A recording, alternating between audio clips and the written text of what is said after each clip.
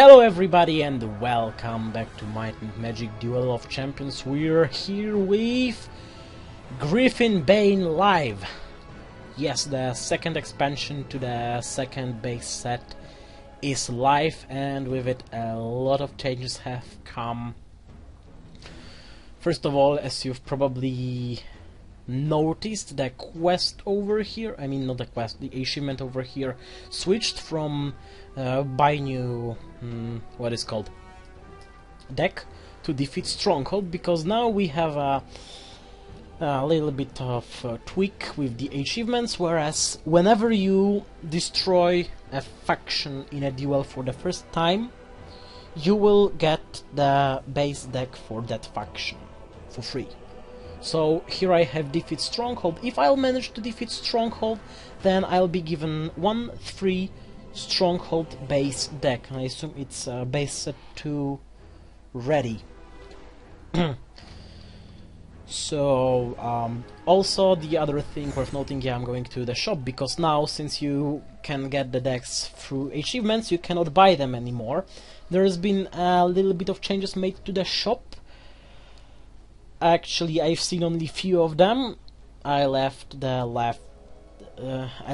rest of them to record them, because it's actually a really fancy exclamation marks all over the new things. Can you see them? Yeah, over here and here. And if I'll go to standard series, of course, we can buy Griffin Bane for now only super packs and the boxes. But hopefully soon they will be available for gold, just like Heart of Nightmares, and then we'll probably be able to get some. I'm actually really curious what will be in pre-made decks right now. Now every time you press something, the sort of tutorial pop-up shows up. If you don't feel like building a deck from scratch, you can buy one of our suggested decks for any faction. And apparently now they are all available for seals only. And I assume these are Griffin Bane decks. Maybe they will become available for gold soon. The other thing worth noting is that you cannot buy gold for real money anymore. Now you can only buy seals and convert seals to gold. So there is no way to buy gold directly for real money. Let's take a brief look at Legacy series. You can find here all the older series of cards to add even more options to your strategy. Be aware that most of the cards in those packs are only playable in open format. Well, I play mostly open format anyway. Doesn't look like there's been any change to the prices of those things. Yeah. And let's take a look at consumables. You will find experience, XP and gold boosts here to help you progress faster. You will also find tournament tickets required to enter the Swiss tournament. Thank you. And one for redeeming a code. Redeem a code. If you have a promotional code to redeem, enter it in here and find out what you've earned. Well, pretty much bullshit, to be honest. Nothing really useful. At least nothing useful for an experienced player. The tutorial texts for featured standard series and Need More Wealth were also available, but it was some sort of bullshit. I don't even remember right now. The other changes with the newest patch worth mentioning is that I said that we cannot no more buy gold, we cannot no more buy packs. There's been some nerfs with the cards and some other bullshit that I don't really care about. If we'd go to the deck builder, I'll drop straight to the Altar of Wishes, because we have a few things to say about that. First of all, there is this new advanced option named Hide Duplicate. If we'd go to make it better viewable, we'll set base set 1 and base set 2. Let's say we only want, let it be heroes.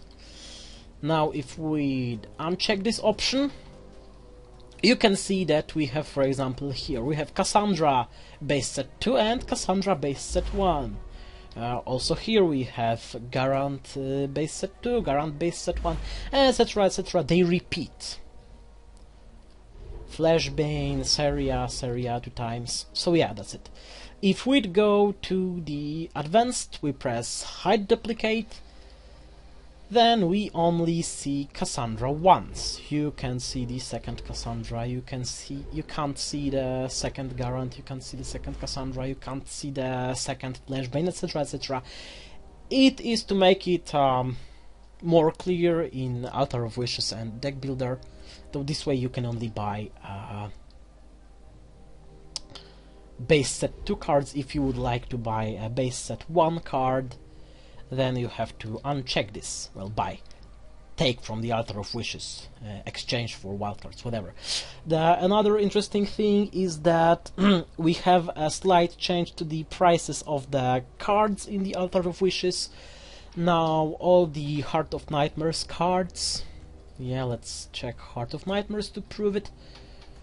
Let's select all. Now cost 2 wild cards for a common. For example, this one, you can see Maniac for 2, 6 for uncommon. Yeah, for example, this Vampire Connoisseur here. 10 for a rare card, and 16 wild cards for an epic card. Whereas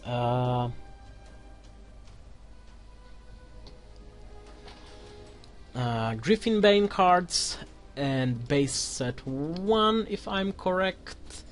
Yes, now Griffin Bane please as well. Now costs 3 for common, 9 for uncommon, 15 for rare, and 24 for epic. I don't really feel like searching those right now. And I think this is most of the important changes to the game itself. Now let's take a brief look at the cards. I mean brief look because we'll take a more in-depth look while we will be opening packs, hopefully soon. But I took a look at those cards, and I must say there are a few really interesting cards. When it comes to heroes, Slava is the one that really caught my eye. 1/1/1 with the statistics, nothing special, only increase your might, magic or destiny level by 1 for free, or draw a card for 1 piece of resource. But he has 3 schools of magic consisting of light, air and fire, which he actually has my favorite combo that I think that could make for a perfect mage build, which is fire and light. Huge amounts of damage, really nice. There is a few different heroes. Thorgul, the stronghold creature, is actually one worth noting, because with this dude, for 3 resource, put 1 enrage counter on all friendly creatures with Bloodthirst. And actually, I've been browsing the cards, and Stronghold is being given a hell load of creatures with Bloodthirst.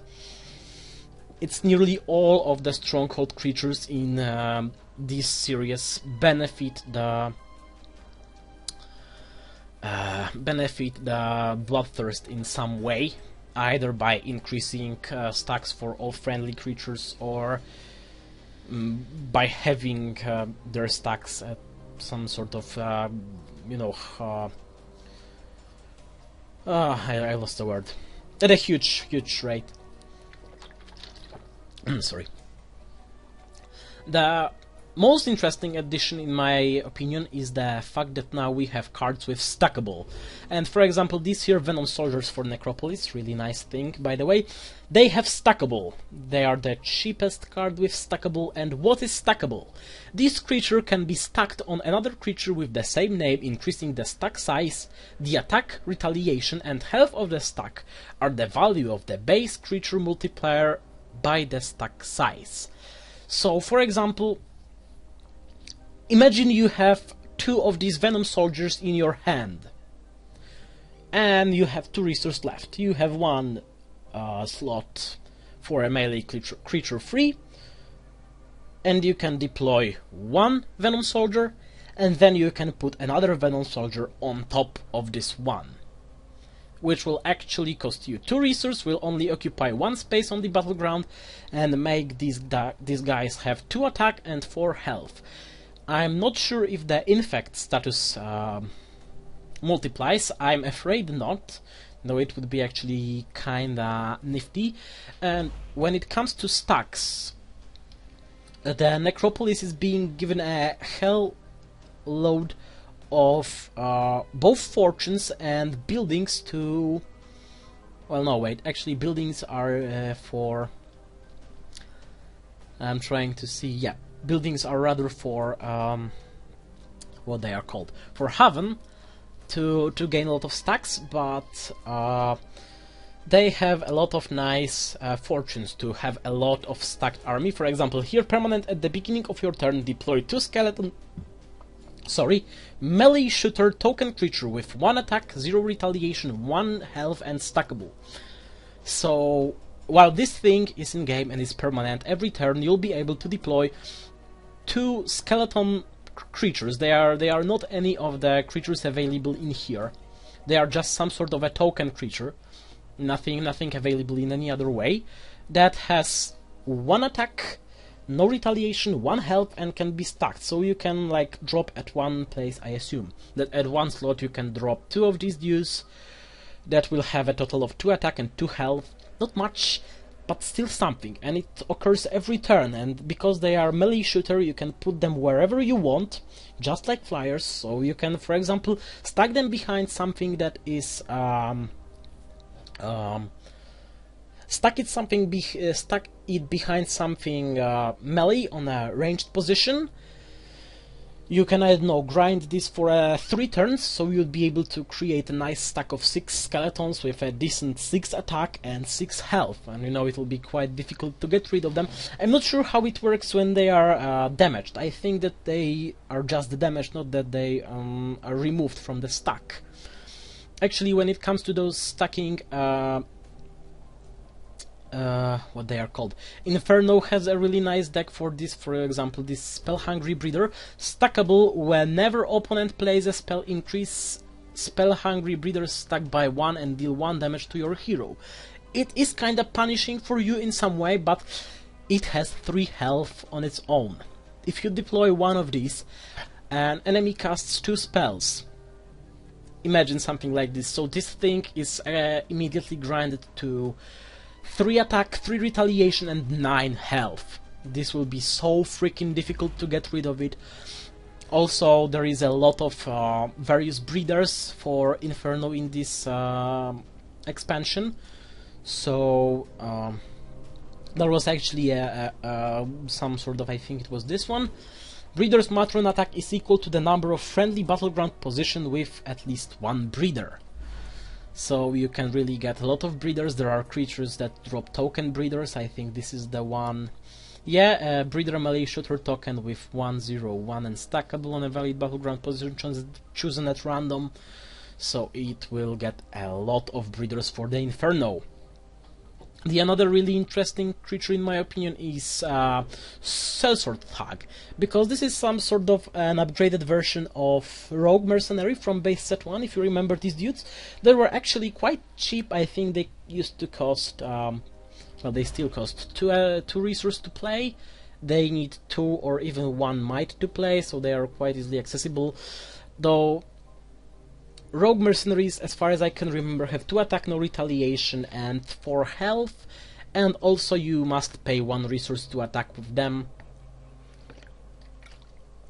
just like with these Sellsword Thugs here. These are a little bit more expensive, but have a way much more health and retaliate. I assume that they retaliate for free. We'll see. There is a lot of really nasty creatures here. The 2 that are really nasty, in my opinion, are Raya, Chosen of the Waves, which is water-reliant, neutral, unique creature with a lot of stuff to her.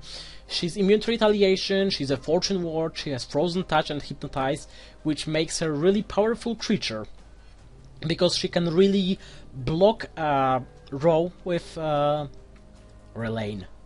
I think it will be a lane. enemy creatures on the same row or lane, whatever. So she can be really effective at blocking a row, and she has 5 health, 3 attack, 2 retaliation, not bad, not that expensive, only 4 resource, 4 might, 1 magic cost. Also the other one is Hasafah, or however you should pronounce it, Chosen of the Shadows, Dark Aligned, immune to retaliation, Dark Ward. Whenever Hasafah, Chosen of the Shadows, attack and destroys the creature, deploy a token that's a copy of that creature under your control after the attack.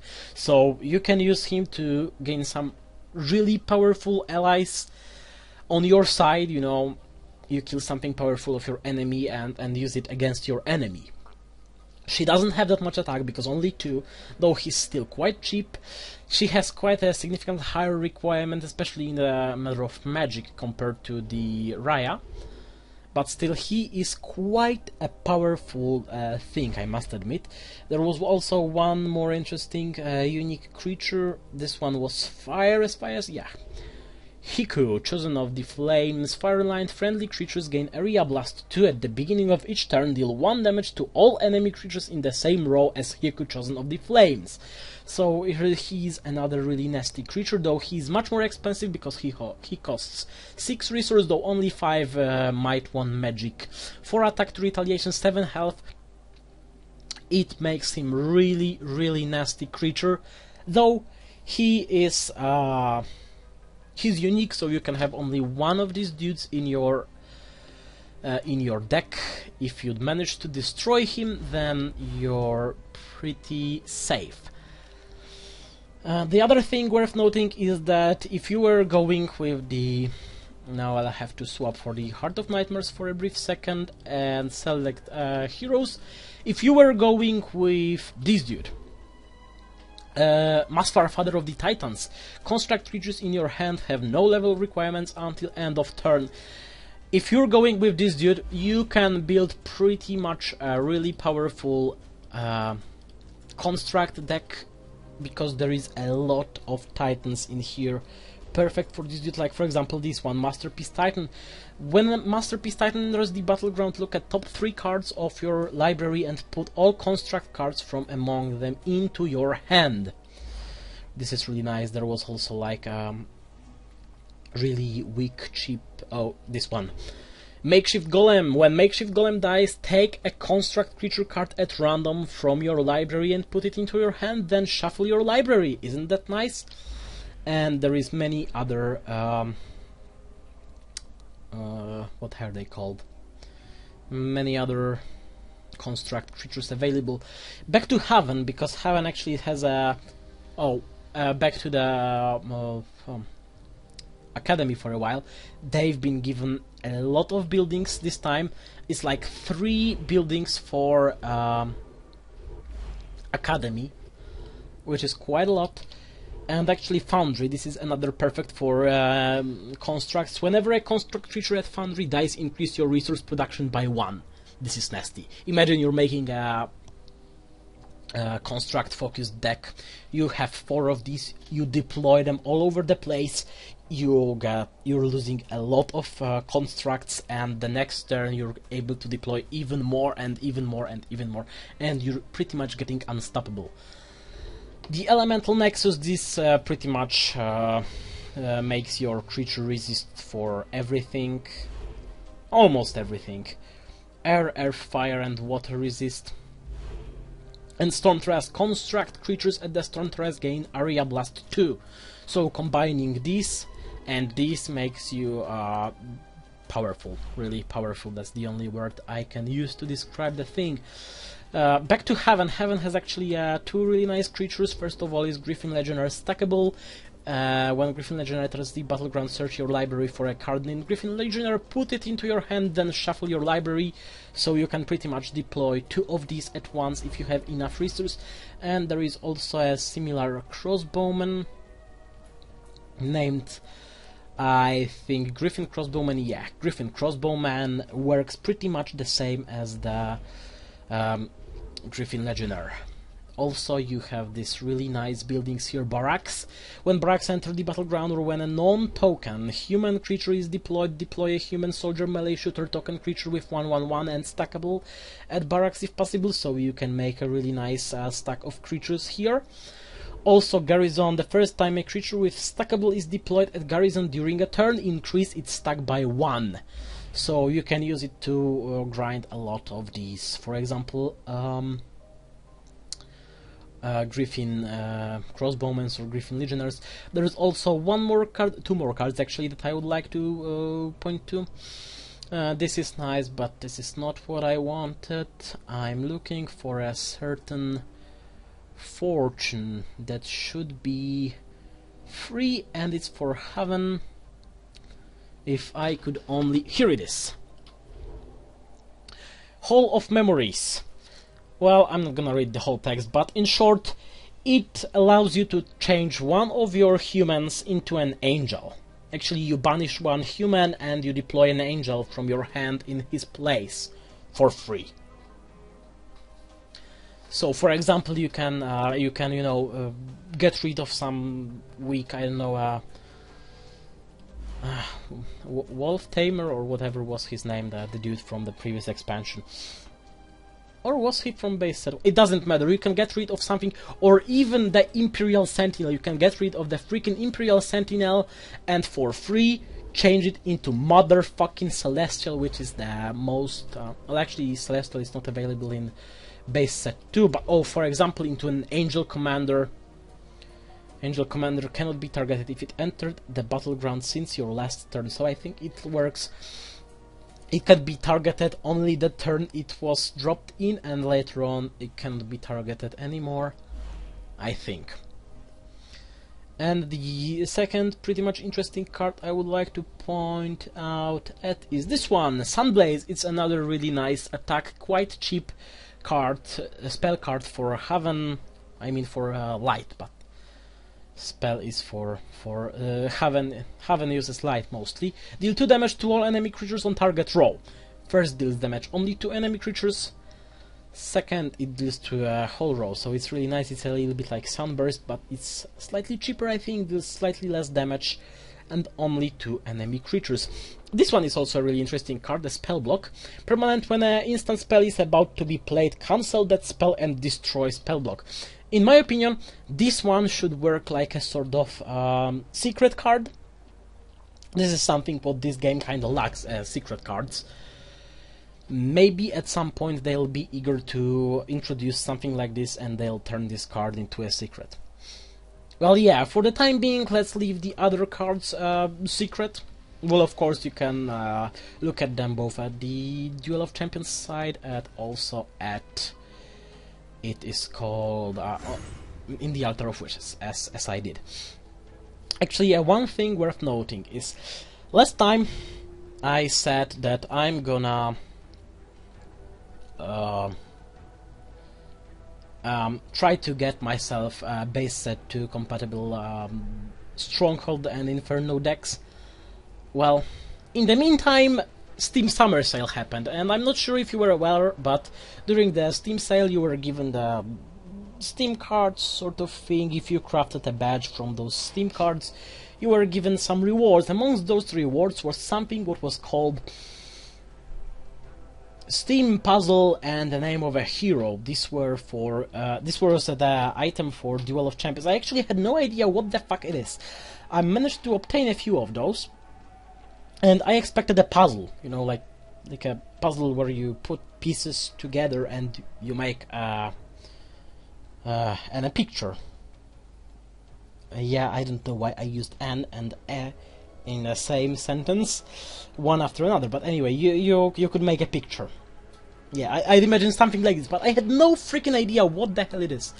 And actually, the very second I did it, I realized that I was given 2 new decks because I had 2 of those, and actually now I have 2 pretty much nice decks. I have Syria for Necropolis and Ignatius for Inferno.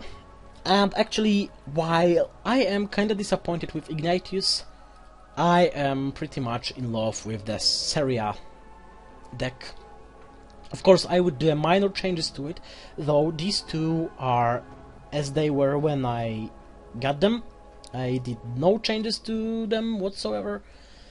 And so what we have here, we have of course Syria, we have Wretched Ghoul, and 4 newborn vampires, 4 neophyte liches, 3 moonstone skeletons, 4 vampire knights.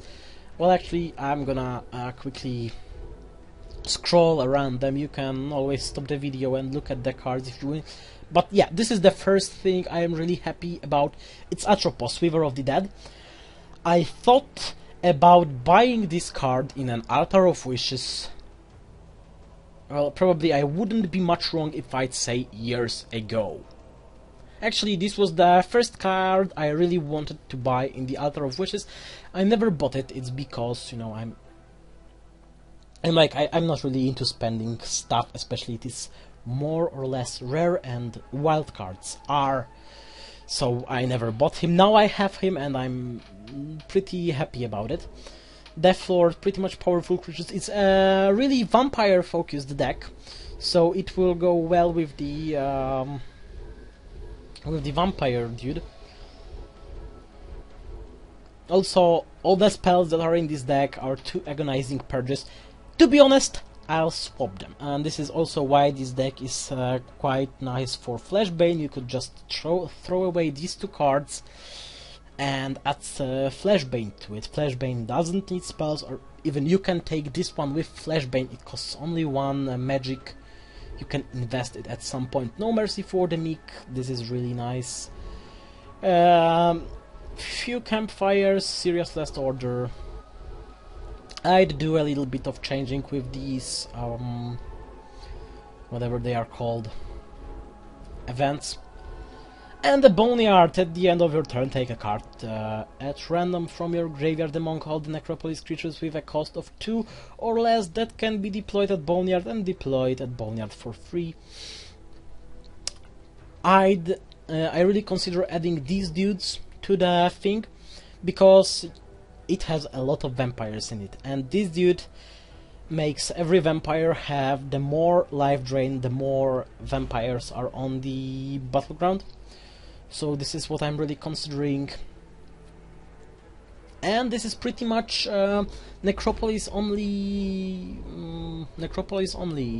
deck. There is no neutral creatures in here. There is yeah, 1 neutral fortune in a form of campfire, but I must say that I am pretty happy with this deck. This is really nice deck, and I'm really happy with the Atropos. I don't really like those Grave Wardens. I would get rid of a few of them, replace them with something more powerful. Maybe I know something like Plague Zombies, maybe some Archliches, maybe Namtarus of some sort. Maybe I'll add more Vampire Lords, maybe Putrid Lamassu, I don't know, but I don't really like these dudes, and I would definitely add Blood Ritualist to it. So that's it. And back to the Steam Puzzle Ignatius deck, which is not that nice. As I said, we have Ignatius, which is a decent hero. The first time fuck this shit. Sorry, it's my phone, I have to turn this shit off. Now we'll be fine. The first time opponent discards a card in a turn, if your destiny level is 5 or more, deal 2 damage to their hero. But the card selection itself, well, Maniac, Succubus, Hellfire Imp, Hellfire Bloater, 3 of them, this is quite nice. Maybe I am not that happy about this, only 2 Juggernauts. I definitely go with 4 Juggernauts. Fatebender, this is an interesting creature. Yeah. Oh, this Firebolt, this is really nice. I think I have a few nice spells for whatever they are called, for Fire School, that I may be using in this build, in this deck. Let me take a brief look where the hell they are. Is it this one? Fiery Death! Permanent when the creature dies, deal 2 damage to all adjacent creatures. I have 7 of those, oh my god. But this is not the one I was looking for. Fire Shield.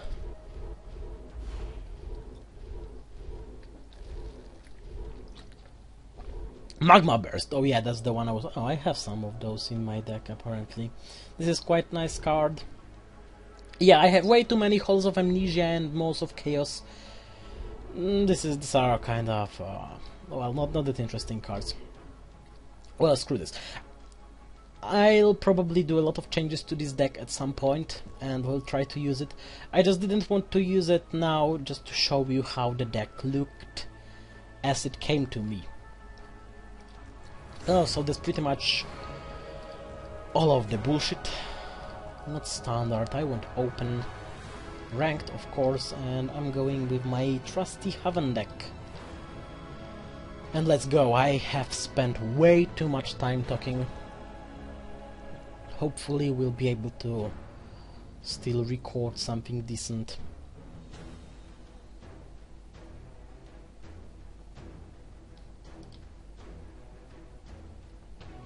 Yeah, and now we have to wait.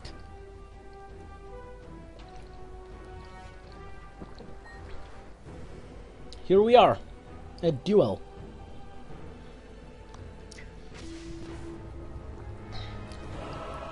Yeah, this is this really cool versus screen. Game 2. This is actually not that bad hand. I'll keep it. Yeah, because I have a nasty plan to start with. Oh fuck, I won't be able, I don't have enough of these. I don't have enough might to start it off nicely. Yeah, I was planning to use the gold pile and deploy Radiant Glory at the very beginning, but unluckily insufficient might. That's a bummer. But at this turn I can deploy my Radiant Glory even without a thing. What is that thing? Oh, probably it means that it cannot attack this turn because it was just deployed. What are we actually fighting? Khal, Seeker of Freedom. So this is actually the basic stronghold hero. Fine.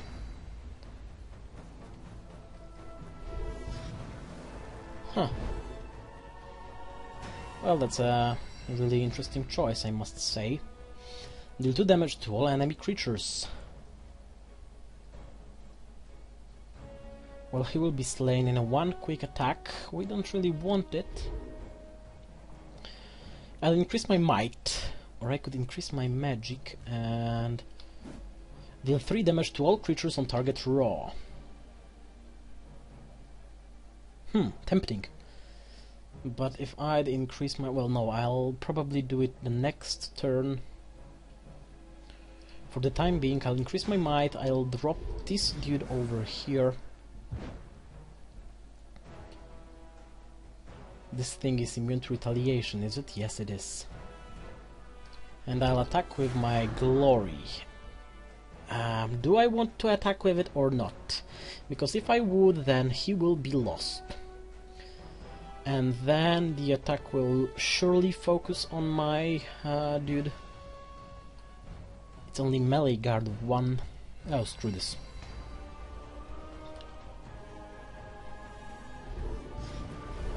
Oh, a War Elephant. This is really nasty thing. I really dislike it. But I already have a plan. Or do I? Creatures at Emperor's Wall gain +1 retaliation for each card named Emperor's Wall on the battleground. Whenever a creature at Emperor's Wall is attacked, the attacking creature loses immune to retaliation until end of turn. Huh.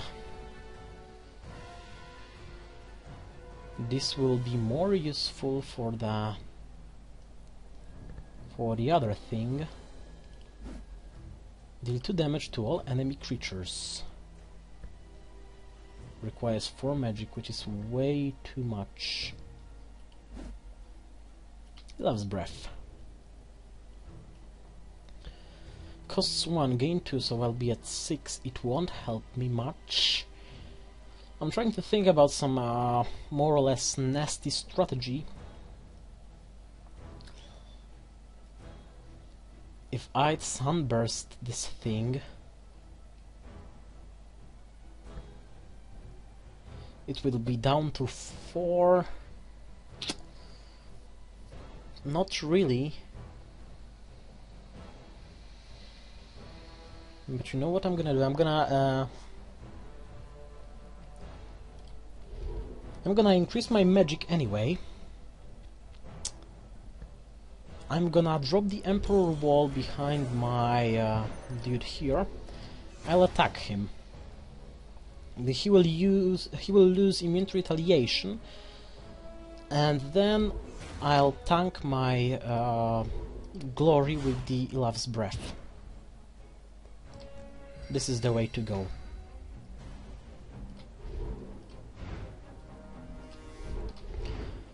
Now let's see how he...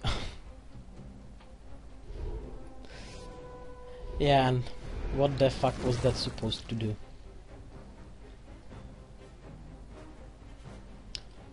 Stone Shield. Permanent combat damage dealt to enchanted creatures halved, rounded down. Huh, interesting. Indeed interesting.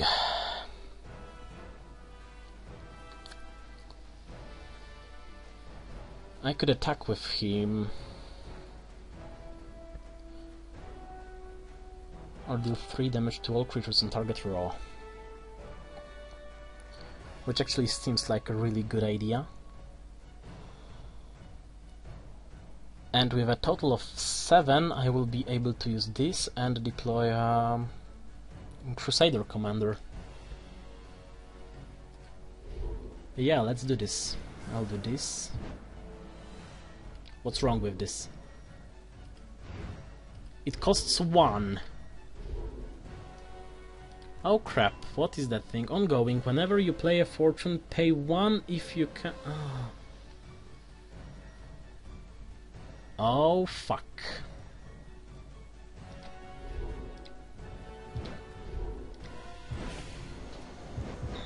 Well, I'm pretty much fucked up.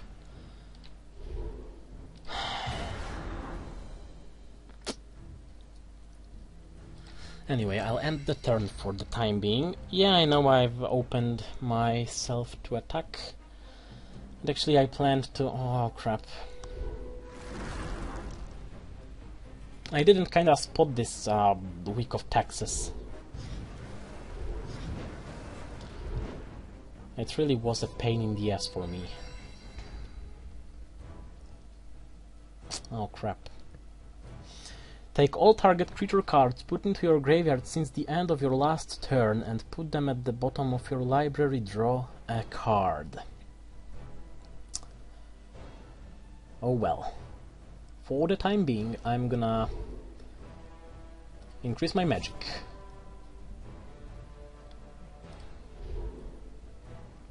I'll attack this dude. I'll attack this dude.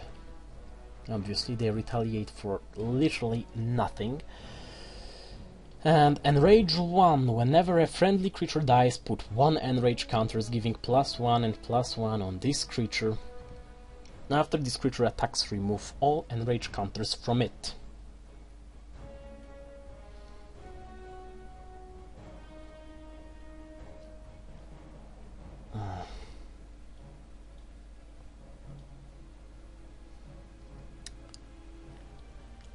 And I could really use...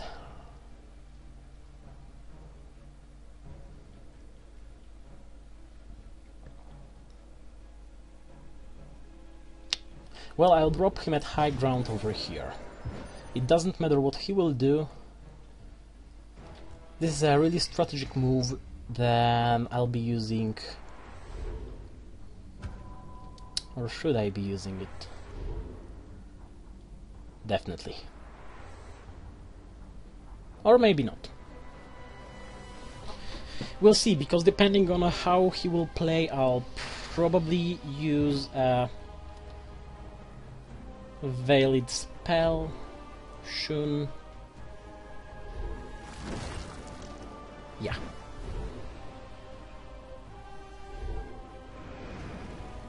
What is this thing? Enchant Row permanent. Whenever a melee or flyer creature on enchanted row attacks, put 2 poison counters and destroy poison bomb.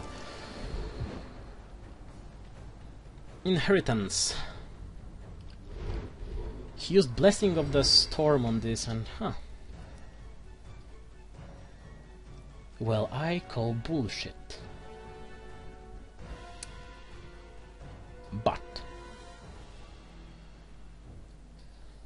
what I'm gonna do now, yeah, for a perfect total of 8. This is the air trap. Permanent. When a flyer creature is deployed on enchanted land, destroy it and destroy air trap. Simple, I'm just not gonna deploy any flyers up there. I'm gonna increase my magic, use the Word of Light.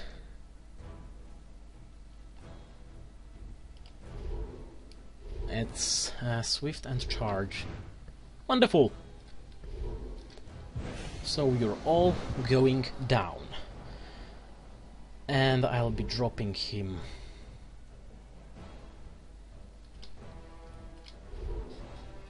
Put 2 poison counters on it and destroy poisonous bomb when a melee or flyer creature.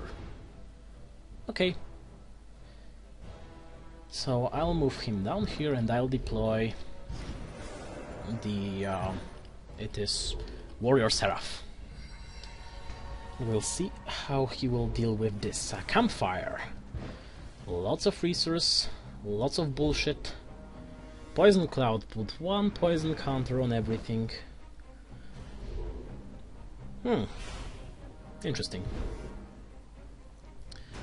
I could really use heal right now. What is this?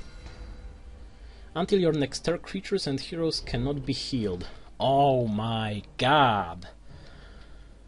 It's indeed horrifying.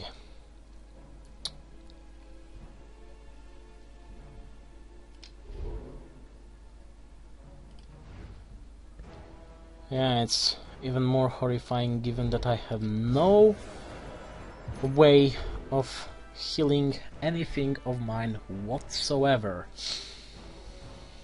He won't survive anyway.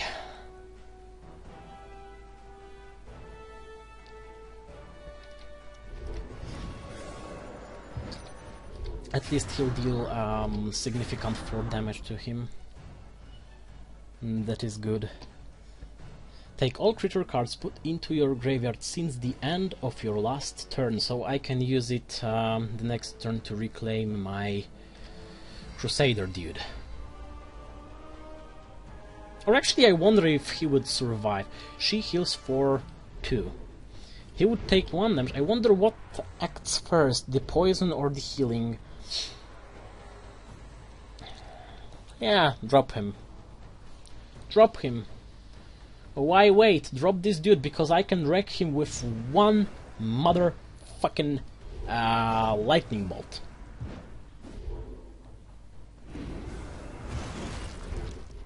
Banish target creature card from your graveyard, then gain 3 resource inheritance that can only be played if you have 0 left. Oh, so he's dropping a bunch of nasty ass fuckers at me. While your might level is 10 or more, Power Wreckers gains +3 attack and quick attack. Hopefully he won't be able to live that long. Now I have to act quickly.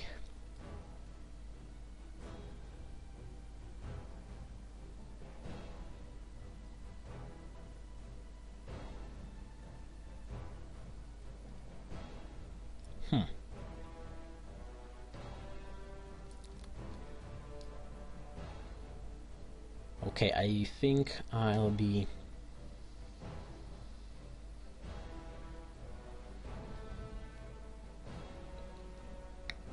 Destroy target ongoing spell. But there is no ongoing spell, well, except this one. Ah, so it would be a good idea to get rid of him before the thing. GTFO, I have to think.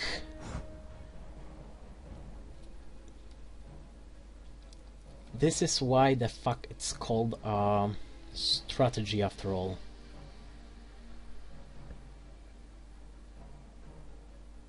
Okay. We're doing it. Dropping him down here. Let's get rid of this dude. We'll attack. And we'll attack. Yes. Increase magic. And the turn. Something like this. Another air trap? Oh, come on. You're getting boring.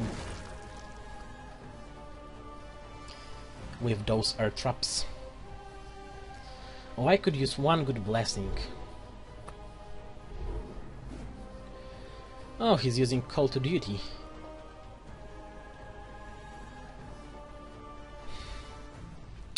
Yeah, I may have made a better decision.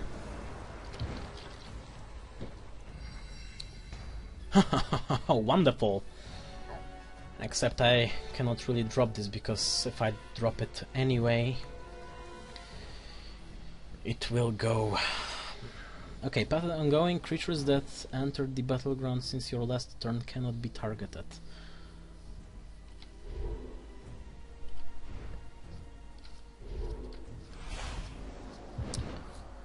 Well, bullshit, I call it bullshit.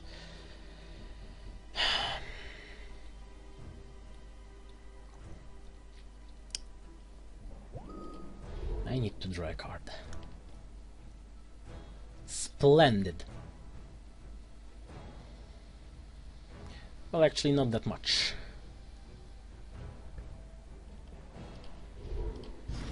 Diversity, bitches. Gain resource equal to half destroyed creatures cost rounded down.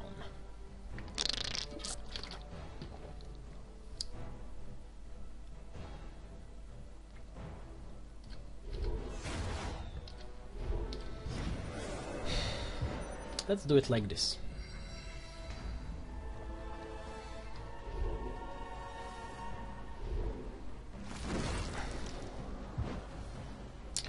Oh, I could really use those celebrations.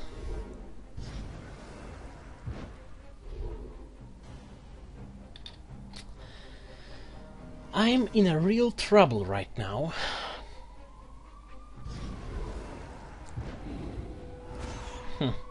Mana burst.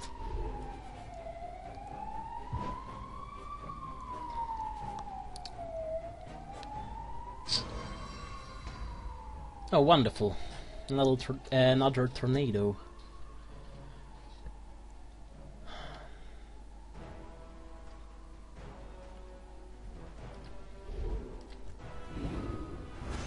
Wonderful! Deal 3 damage to all creatures on target raw.